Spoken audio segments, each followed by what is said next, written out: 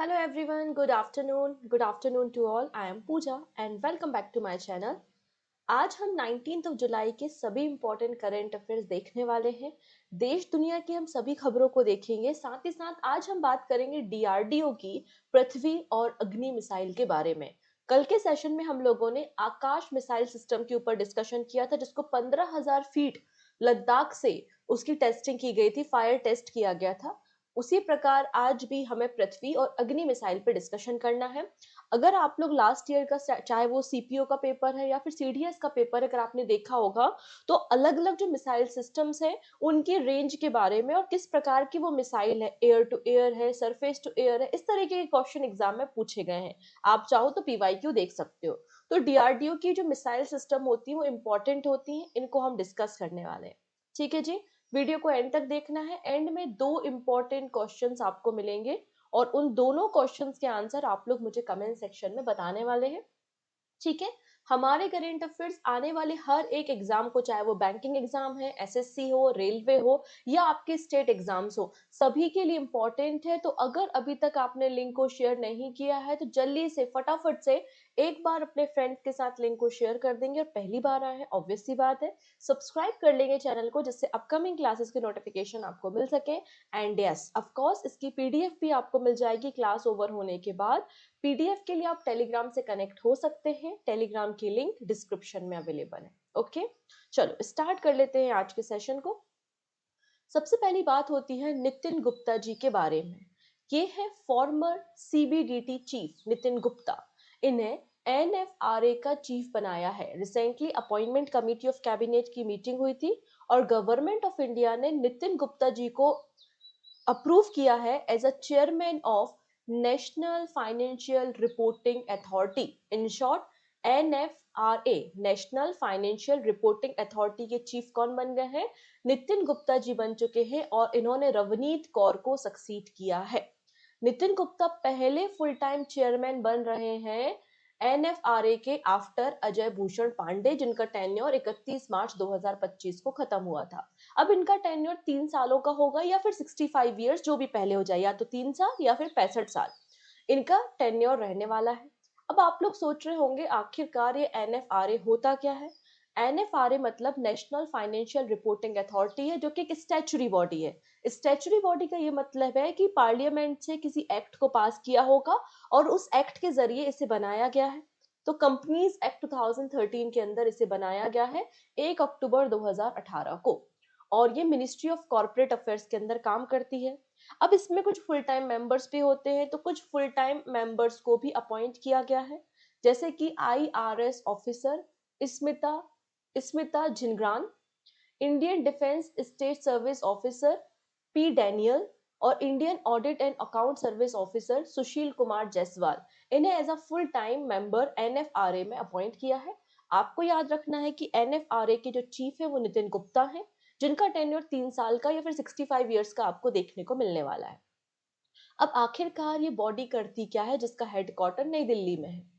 NFRA एक independent auditing and accounting standard को set करने वाली बॉडी है हमारे कंट्री में। आप लोग ने कई सारी ऑडिटिंग फर्म्स देखी होंगी, राइट, जो कि अलग अलग बड़ी बड़ी कंपनीज की ऑडिटिंग करती हैं। तो इन सभी ऑडिटर्स का वॉचडॉग, इन सभी ऑडिटिंग एंड अकाउंटिंग स्टैंडर्ड्स को हमारे देश में सेट करना, इसका काम एनएफआरए का होता है। और इनके पास सिविल कोर्ट की पावर भी होती है। इनके पास सिविल कोर्ट की पावर होती है। अगर कोई ऑडिटर कुछ मिसकंडक्ट करता है तो उसे पनिशमेंट देने का अधिकार भी एनएफआरए के पास होता है। It investigate the matter of professional और other misconduct committed by the chartered accountant या उनकी जो फर्म के द्वारा कुछ मिसकंडक्ट कमिट किया जाता है, तो उसको इन्वेस्टिगेट करना और ऑडिटिंग के लिए स्टैंडर्ड्स को सेट करना, इनका काम आपको देखने को मिलेगा। ठीक है, चलिए नेक्स्ट बात करते हैं 2025 के यूएन मंडेला प्राइज के बारे में। हम सभी को पता है 18 जुलाई को हम लोगों ने इंटरनेशनल मंडेला डे मनाया था, क्योंकि नेल्सन मंडेला जी की बर्थ एनिवर्सरी 18 जुलाई को होती है, राइट। तो इसलिए यहाँ पे United Nation Mandela prize distribute किए गए हैं और ये प्राइज दो लोगों को दिए गए हैं। पहले पर्सन है जो कि कनाडा से पहले जो पर्सन है केन्या से बिलोंग करते हैं और इनका नाम है कैनेडी ओडेडे। ठीक है, कैनेडी ओडेडे जो कि फाउंडर एंड सीईओ हैं शाइनिंग होप फॉर कम्युनिटी के। इन्होंने केन्या में ग्रास रूट लेवल से मूवमेंट्स को रन किया है और जो अर्बन पुअर है उनके अपलिफ्टमेंट का काम उन्होंने किया है, इसलिए इन्हें 2025 का यूएन मंडेला प्राइज दिया जा रहा है। इसके अलावा एक कनाडा की पर्सन है जिनका नाम है ब्रेंडा रेनॉल्ट कनाडा से बिलोंग करती हैं, ठीक है, और इन्हें भी यूएन मंडेला प्राइज दिया है। 2023 में ये UN high commissioner for human rights and European union थी, जिन्होंने अपनी जो भी मतलब जीनोसाइड से जो ट्रोमा में लोग थे उनके वेलफेयर के लिए इन्होंने काम किया है। अब यूएन मंडेला प्राइज जो है वो 2014 में शुरू हुआ था। हर 5 साल में 2 इंडिविजुअल को ये काम दिया जाता है, ठीक है, जो कि यहाँ पर यूनिटी अक्रॉस बॉर्डर काम करते हैं। तो यहाँ पे 2 पर्सन को यूएन मंडेला प्राइज दिया है। एक पर्सन केन्या से है जिनका नाम है केनेटी ओडेडे, और दूसरी पर्सन कनाडा से है जिनका नाम क्या है, ब्रेंडा रेनॉल्ट, ठीक है। चलो अगले पर्सन के बारे में बात करते हैं, शुभांशु शुक्ला। इनके बारे में क्या ही बात करना है, सभी को इनका नाम पता है। इनका नाम चर्चा में क्यों है ये बात भी आप लोग जानते हैं। शुभांशु शुक्ला कहाँ पर गए थे, इंटरनेशनल स्पेस स्टेशन पे गए थे, और इंटरनेशनल स्पेस स्टेशन पे जाने वाले पहले भारतीय थे शुभांशु शुक्ला, और दूसरे इंडियन थे जो कि स्पेस पे गए हुए थे, और अभी अपनी यात्रा को कंप्लीट करके वापस अर्थ पे आ चुके हैं। तो group captain Shubhanshu Shukla and Indian air force officer return to earth पर वापस आ चुके हैं, और ये एक्सुम 4 मिशन से इंटरनेशनल स्पेस स्टेशन पे गए थे, और 18 दिनों तक इन्होंने आईएसएस पर स्टे करने का काम किया। इनका जो इंटरनेशनल स्पेस स्टेशन था, इन्होंने 288 ऑर्बिट किए हैं अराउंड द अर्थ, मतलब अर्थ के अराउंड 288 चक्कर लगाने का काम किया है। अब ड्यूरिंग द मिशन इन्होंने इन 18 दिनों में क्या क्या किया, इन्होंने कई तरीके के रिसर्च वर्क किए, कई तरीके की स्टडी की, कई तरीके के एक्सपेरिमेंट करने का काम किया है। जैसे कि इन्होंने कंडक्ट किया, ही conducted a study on micro algae for producing food and oxygen in the space. किस तरीके से माइक्रो एल्गी स्पेस में ऑक्सीजन प्रोड्यूस कर सकती है, इस पे स्टडी इन्होंने की। इन्होंने मायोजेनेसिस, मतलब किस तरीके से हमारी जो मसल सेल्स है वो माइक्रोग्रेविटी में काम करती हैं, इस पे एक्सपेरिमेंट किया। इन्होंने मेथी और मूंग जो है उसको स्प्राउट करने का काम किया था स्पेस में। तो ये कुछ एक्सपेरिमेंट इन्होंने जाकर स्पेस में किए हैं, ठीक है। नेक्स्ट बात करते हैं, election commission of India appoints Neetu Chandra and Kranti Prakash Jha as a SVEEP icon of for Bihar. अब बिहार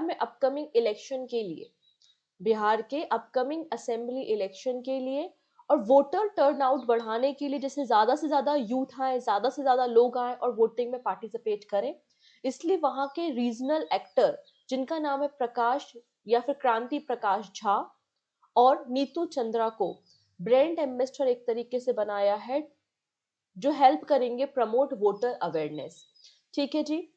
इसके पहले मैथिली ठाकुर को भी 2023 में इलेक्शन कमीशन ऑफ इंडिया ने बिहार के अपकमिंग इलेक्शंस के लिए एम्बेसडर बनाया था। अब यहाँ पे स्वीप आइकन बताया गया है। स्वीप का मतलब है systematic voters education and electoral participation programme, जो कि बिहार राज्य का एक प्रोग्राम है जिसका पर्पस है वोटर टर्नआउट को बढ़ाना, ठीक है जी। नेक्स्ट बात कर लेते हैं, Ajay Kumar Srivastava appointed director at HAL engineering and R and D field में। तो अजय कुमार श्रीवास्तव को रिसेंटली नया डायरेक्टर बनाया गया है हिंदुस्तान एरोनॉटिक्स लिमिटेड में। इनको एरोस्पेस में 37 ईयर्स का एक्सपीरियंस है, एयरक्राफ्ट की डिजाइन का, एयरक्राफ्ट की डेवलपमेंट का। इसके पहले ये research and development design centre में काम कर रहे थे, ठीक है जी। तो आपको याद रखना है, अजय कुमार श्रीवास्तव को डायरेक्टर बनाया है engineering and R and D at HAL Hindustan aeronautics limited. Next person है West Indies all rounder Andre Russell announce retirement. ये कैरेबियन कंट्री जो है ना, कैरेबियन कंट्री मतलब जो कैरेबियन आइलैंड्स है उनका ग्रुप एक वेस्ट इंडीज कंट्री कहलाता है। तो वेस्ट इंडीज के क्रिकेटर रहे हैं एंड्रे रसेल, और इन्होंने रिटायरमेंट अनाउंस कर दिया है। जब 2012 और 2016 में T20 world cup West Indies जीता था, तो उस टीम के मेंबर भी ये रह चुके हैं, ठीक है, तो आपको बस इतना याद रखना है किस फील्ड से है और किस कंट्री से है। क्लियर है? तो ये थे कुछ इंपॉर्टेंट पर्सन जिनके बारे में हमने बात की है। नाउ बात कर लेते हैं पृथ्वी और अग्नि बैलिस्टिक मिसाइल के बारे में। रिसेंटली पृथ्वी 2 और अग्नि 1 बैलिस्टिक मिसाइल को टेस्ट किया गया है चांदीपुर रेंज उड़ीसा से। ठीक है, strategic force command tested the nuclear capable short range surface to surface ballistic missile Prithvi 2। तो पृथ्वी 2 कैसी मिसाइल है? सरफेस टू सरफेस मिसाइल है, मतलब सतह से सतह में मात करने वाली मिसाइल है। और Agni 1 missile at the integrated test range Chandipur in Odisha. अब पृथ्वी 2 मिसाइल जो है वो पृथ्वी 1 मिसाइल का ही एक एडवांस वर्जन आपको देखने को मिलेगा। पृथ्वी 1 मिसाइल जो है ये integrated guided missile development programme जिसकी शुरुआत डॉक्टर एपीजे अब्दुल कलाम ने की थी, उसी प्रोग्राम का पार्ट आपको देखने को मिलेगा। और डीआरडीओ ने पृथ्वी 1 को 1983 में टेस्ट किया था। नाउ बात करते हैं पृथ्वी 2 के बारे में, जो कि पृथ्वी 1 का एडवांस वर्जन है। इसकी रेंज 250 से 350 किलोमीटर की है और ये 500 से लेके 1000 किलोग्राम तक के पेलोड को, वो भी न्यूक्लियर वॉरहेड को कैरी करने में कैपेबल आपको देखने को मिलेगा पृथ्वी 2 मिसाइल। अब अग्नि 1 हम सभी को पता है, अग्नि 1, अग्नि 2, अग्नि 3, अग्नि 4, अग्नि 5 और अग्नि प्राइम, इस तरीके से कई सारे वेरिएंट आपको अग्नि के देखने को मिलेंगे। रिसेंटली अग्नि 1 की टेस्टिंग की गई है। ठीक है, अग्नि 1 जो है, ये अग्नि फैमिली जो है वो शॉर्ट रेंज की surface to surface ballistic missile आपको देखने को मिलती है। अग्नि 1 की जो रेंज है वो 700 से लेके 1200 किलोमीटर की है और ये 1000 केजी तक के न्यूक्लियर वॉरहेड को कैरी करने में, पेलोड को कैरी करने में कैपेबल है। ठीक है, इसमें सिंगल स्टेज और सॉलिड प्रोपल्शन इंजन का इस्तेमाल किया है और इसको रोड से और रेल से, किसी भी मोबाइल यूनिट से लॉन्च किया जा सकता है। अगर अग्नि 2 के बारे में बात करें, अब अग्नि के बारे में बात हो रही तो सभी अग्नि मिसाइल को एक एक करके देख लेते हैं। अग्नि 2 एक medium range surface to surface ballistic missile है जिसकी रेंज 2000 से 3500 किलोमीटर तक की है और ये भी 100 केजी तक के पेलोड को कैरी करने में कैपेबल है और ये भी न्यूक्लियर वॉरहेड को कैरी कर सकता है। अग्नि 3 जो है वो भी surface to surface intermediate range ballistic missile है। 3000 से 3500 किलोमीटर की इसकी रेंज है और ये 1500 केजी तक के पेलोड को कैरी करने में कैपेबल है और 2 स्टेज सॉलिड प्रोपल्शन इसमें देखने को मिलता है। नाउ बात करते हैं अग्नि 4 के बारे में। Surface to surface intermediate range ballistic missile है, मतलब एक कॉन्टिनेंट से ये दूसरे कॉन्टिनेंट में भी मार कर सकता है। 3000 से 4000 किलोमीटर की रेंज आपको देखने को मिलेगी। अग्नि 5 जो है वो surface to surface intercontinental ballistic missile है। ठीक है, इसकी पहली बार टेस्टिंग 2012 में की गई थी। इसकी रेंज अप टू 6000 किलोमीटर तक की या फिर अप टू 5500 किलोमीटर तक की आपको देखने को मिलेगी। 60-50 केजी तक के पेलोड को कैरी करने में ये कैपेबल है और 3 स्टेज सॉलिड प्रोपल्शन इसमें आपको देखने को मिलता है। सबसे जो नया वेरिएंट है वो अग्नि प्राइम मिसाइल का है। अग्नि प्राइम मिसाइल भी एक बैलिस्टिक मिसाइल है जिसको 2021 में जून मंथ में पहली बार टेस्ट किया था। और अग्नि जितनी भी मिसाइल तैयार की है, अग्नि मिसाइल की सीरीज का सबसे लाइटेस्ट वर्जन, सबसे हल्का वर्जन आपको अग्नि प्राइम मिसाइल देखने को मिल जाएगा। ये आपका nuclear capable medium range ballistic missile है जिसमें 2 स्टेज प्रोपल्शन इंजन का इस्तेमाल हुआ है। सरफेस टू सरफेस मिसाइल है, 1000 से 2000 किलोमीटर तक की रेंज को कवर कर सकती है और 1000 केजी तक के पेलोड को कैरी करने में कैपेबल है।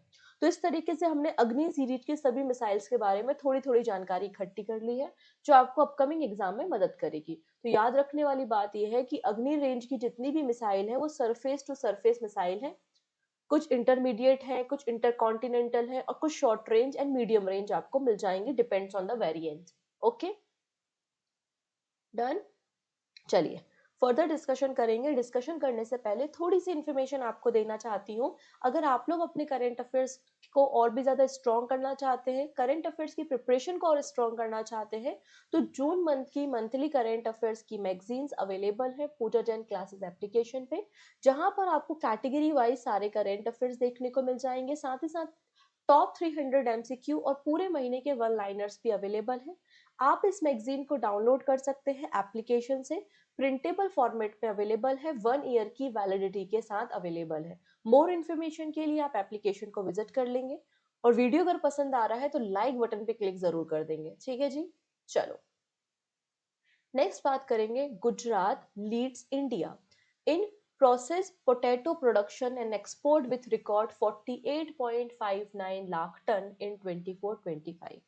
अब हमारे भारत में सबसे बड़ा जो आलू का उत्पादक राज्य बन चुका है वो आपको देखने को मिलेगा गुजरात राज्य। और इन आलू का इस्तेमाल फ्रेंच फ्राइज हो गया और चिप्स बनाने में किया जा रहा है। इससे क्या होगा, इससे हम हमारी जो कंपनीज है जो इस तरीके के प्रोडक्ट को बनाती हैं उन्हें इंपोर्ट नहीं करना पड़ेगा, साथ ही साथ भारत की कैपेबिलिटी इंक्रीज होगी एक्सपोर्ट करने की। क्लियर है? तो इन 24-25 the state of Gujarat become India's leading producer of processed potato widely used in making french fries and chips. This is a major development for both farmer and food companies as it help reduce import and boost export। यहाँ पर बताया जा रहा है कि जो Banaskantha district है गुजरात राज्य की, बनासकंठा डिस्ट्रिक्ट जो गुजरात राज्य की है वो टॉप प्रोड्यूसर आपको पोटैटो का देखने को मिल जाएगा। यहाँ पर 18.70 लाख टन पोटैटोज को कल्टीवेट किया गया था 61,000 हेक्टेयर ऑफ लैंड में। यहाँ पर मेनली जिस वैरायटी का उत्पादन किया जाता है वो है लेडी रोसेटा, कुफरी चिप्सोना और संताना।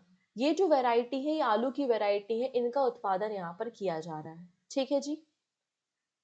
ना बात करते हैं आईआईएम कोझिकोड के बारे में। आईआईएम कोझिकोड ने recently Gyanodaya centre for innovation को लॉन्च किया है।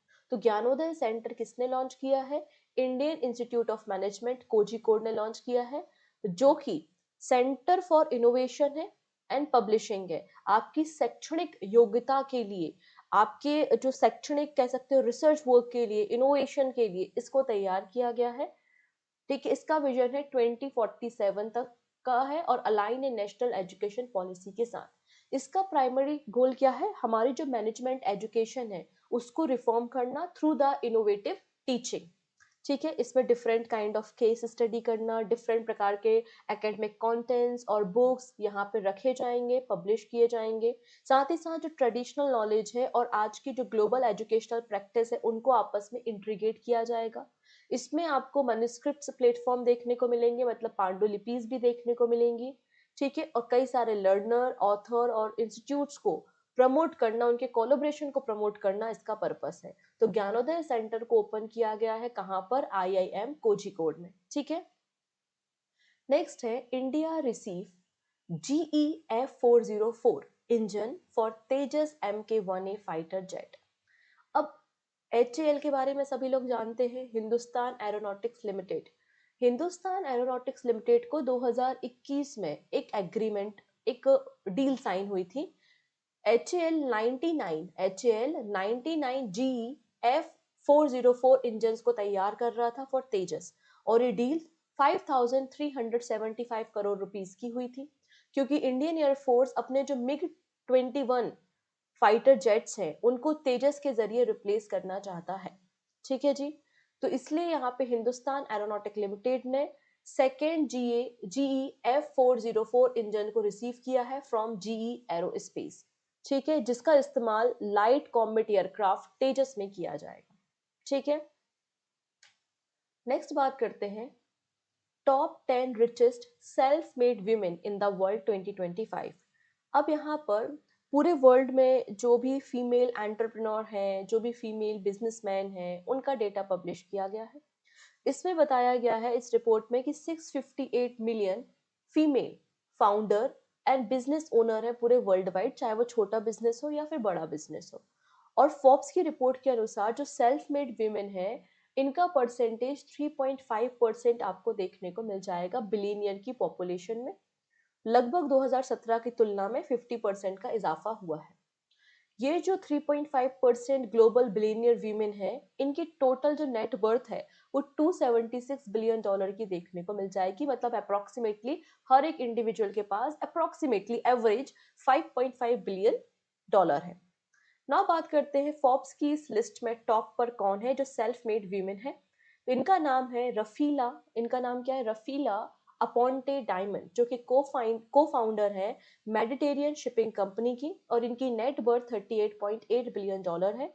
और ये जो मेडिटेरियन शिपिंग कंपनी है ये वर्ल्ड की लार्जेस्ट शिपिंग लाइन आपको प्रोवाइड करती है। ठीक है, ये फोर्ब्स की लिस्ट में टॉप पर है।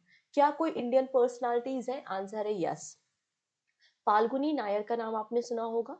फाल्गुनी नायर जो फाउंडर है नायका की, नायका एक ब्यूटी प्रोडक्ट आपको देखने को मिल जाएगा। ये भारत की रिचेस्ट सेल्फ मेड वीमेन और ग्लोबली ये 31 नंबर पे आपको देखने को मिल जाएंगी। इनकी नेट वेल्थ कितनी है? $3.4 बिलियन है। सेकेंड नंबर पे है किरण मजूमदार शॉ, जो कि आपको फाउंडर देखने को मिलेंगी बायो फार्मास्यूटिकल फर्म बायोकॉन की। इन्होंने 1978 में बायोकॉन की शुरुआत की थी और ये भारत की सेकेंड नंबर की और वर्ल्ड में 32 नंबर की रिचेस्ट सेल्फ मेड वीमेन आपको देखने को मिलेंगी, जिनकी नेट वर्थ $3.3 बिलियन आपको मिल जाएगी। क्लियर है? Next, HSBC become first UK bank to exit net zero banking alliance। अब देखो यहाँ पर 2021 की बात है। 2021 में एक नेट जीरो बैंकिंग अलायंस का फॉर्मेशन किया था under the United Nation environment programme. इसका पर्पस क्या था कि सभी बैंक्स मिलके प्रोग्रेस करेंगे, एक टारगेट सेट करेंगे कि हमें क्या करना है, नेट कार्बन एमिशन को जीरो करना है 2050 तक। It shout to create a transparent global framework for bank to set target and report progress towards the net carbon emission zero, net zero emission। इसलिए 2021 में नेट जीरो बैंकिंग अलायंस का formation हुआ था।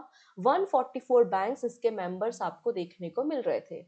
लेकिन यहाँ पे HSBC बैंक जो one of the world largest bank है, जो कि वन ऑफ द फाउंडर भी है नेट जीरो बैंकिंग अलायंस का, इसने क्या कर दिया है, विदड्रॉ कर दिया है इस कमिटमेंट से, इस कोलिजन से। ठीक है, इसलिए ये न्यूज में है। HSBC बैंक पहला यूके बैंक है जिसने एग्जिट लिया है नेट जीरो बैंकिंग अलायंस से, जो कि वन ऑफ द फाउंडर भी आपको इस अलायंस का देखने को मिलेगा। ठीक है, नेक्स्ट बात कर लेते हैं बोलीविया के बारे में। बोलीविया देखने के लिए आपको साउथ अमेरिका जाना पड़ेगा और साउथ अमेरिका की one of the landlock country आपको बोलीविया देखने को मिलेगी, जिसकी कैपिटल आपको लापाज देखने को मिल रही है।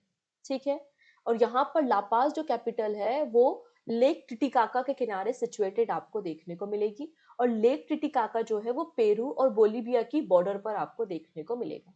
ठीक है जी, तो बोलीविया की लोकेशन तो क्लियर है। अब बोलीविया न्यूज में क्यों है? क्योंकि यहाँ पे मीसल्स और रुबेला का आउटब्रेक हुआ है।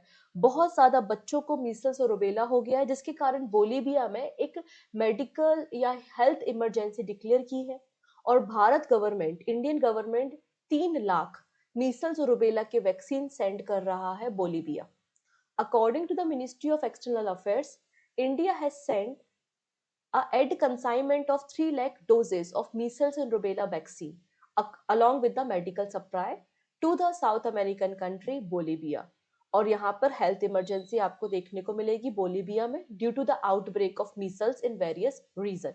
ठीक है, अभी जो मीसल्स और रुबेला दोनों ही आपके वायरस से होने वाली डिसीजेज हैं और मेनली इफेक्ट करती हैं बच्चों को।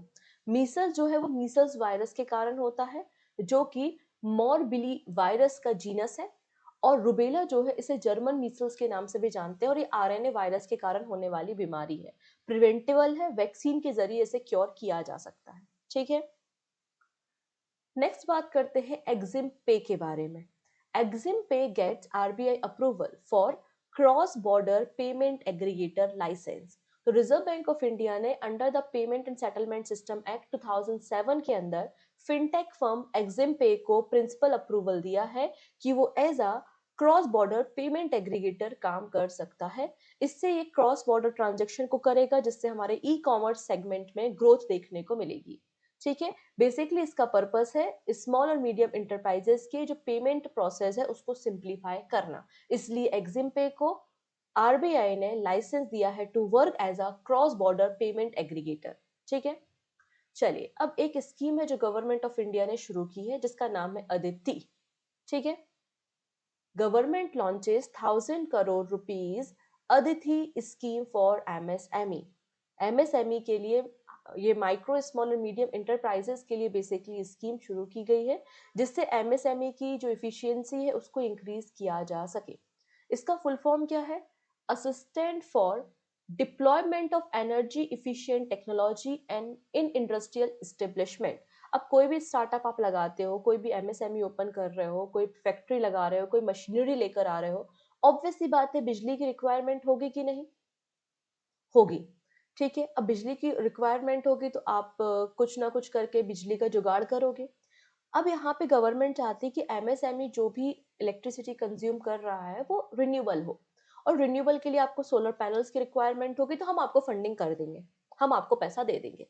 It will be implemented by the bureau of energy efficiency. Scheme provide financial support through interest subvention on the loan for adopting green energy। अगर आप ग्रीन एनर्जी अडॉप्ट करते हैं, सोलर प्लांट्स को लगाते हैं, पैनल्स को लगाते हैं, तो आपको सब्सिडी प्रोवाइड की जाएगी। इसका पर्पस क्या है? कार्बन एमिशन को इंडस्ट्रियल लेवल पे रिड्यूस करना। इसलिए गवर्नमेंट ऑफ इंडिया ने 1000 करोड़ रुपीस की इस स्कीम की शुरुआत की है। नेक्स्ट है Bihar government announce free electricity up to the 125 units. तो बिहार गवर्नमेंट ने कहा है कि डोमेस्टिक यूजेस के लिए 125 अगर आप यूनिट तक बिजली को खर्च करते हैं तो आपकी इलेक्ट्रिसिटी फ्री होगी। The scheme provide up to the 125 unit of free electricity per month, जो कि 1 अगस्त 2025 से इफेक्ट में आ जाएगी। इसका पर्पस क्या है? प्रमोट करना रिन्यूएबल एनर्जी को, पर्टिकुलरली सोलर पावर को। ठीक है, चलिए नेक्स्ट बात करते हैं। SEBI introduce VCF settlement scheme 2025। आप लोगों ने वेंचर कैपिटल के बारे में सुना होगा। ठीक है, जैसे कि कोई भी फॉर एग्जांपल मेरा कोई छोटा सा बिजनेस है, ऑब्वियसली बात है ग्रोइंग स्टेज में है, अभी लर्निंग स्टेज में है, तो कोई भी इन्वेस्टर थोड़ा सा पीछे हटेगा कि अगर इस बिजनेस में पैसा लगाया जाए तो पैसा डूबने के चांसेस हैं। तो ऐसे केस में आते हैं वीसीज। वीसीज क्या करते हैं? ऐसे स्टार्टअप में, ऐसी कंपनीज में इन्वेस्ट करने का एक तरीके से काम करते हैं। तो security and exchange board of India ने इंट्रोड्यूस किया है बीसीएफ सेटलमेंट स्कीम 2025। इसके लिए एक विंडो ये प्रोवाइड करेगा। इसमें जो भी कंप्लाइंस है रिलेटेड टू द आपका जो ओल्ड फंड है, उस कंप्लाइंस को ये सॉल्व करेगा। इसमें जो वेंचर कैपिटल फंड है, अगर वो माइग्रेट करना चाहते हैं ऑल्टरनेटिव इन्वेस्टमेंट फंड रिजिम में, तो वो अप्लाई कर सकते हैं। ठीक है, it apply to venture capital fund that have migrated to alternative investment fund regime but haven't liquidated their investment। ये स्कीम 21 जुलाई 2025 से ओपन है 19 जनवरी 2026 तक। It aim to protect the interest of investor whose fund are stuck in the long pending scheme। इसलिए इसे launch किया गया है, basically compliance को सॉल्व करना। ठीक है, this is your question of the day. First question है, who has been appointed as the icon face of election commission of Bihar to promote voter awareness. किसे बनाया गया है? एक तरीके से फेस, ब्रांड एम्बेसडर, आइकन। पहला क्वेश्चन ये है। दूसरा क्वेश्चन है, who has been applied as a new prime minister, sorry, who has been appointed as a new prime minister of Ukraine. Ukraine के नए प्राइम मिनिस्टर कौन बन गई हैं? इनका नाम आपको बताना है। तो इन दोनों प्रश्नों के उत्तर आप मुझे कमेंट सेक्शन में देंगे। बाकी सारी बातें हम आने वाली वीडियो में करते हैं। Thank you so much, take care. और वीडियो अगर पसंद आए तो लाइक बटन पे क्लिक करना नहीं भूलेंगे। इसके अलावा हाँ जी, जो बैंकिंग एस्पिरेंट्स हैं उनके लिए मैंने वीकली बैंकिंग करंट अफेयर्स का वीडियो अपलोड किया था विद पीडीएफ। आई होप आपने देख लिया होगा, नहीं देखा है तो प्लेलिस्ट में जाके देख लेना, वहां से आपके काफी सारे डाउट्स क्लियर हो जाएंगे। Okay, take care.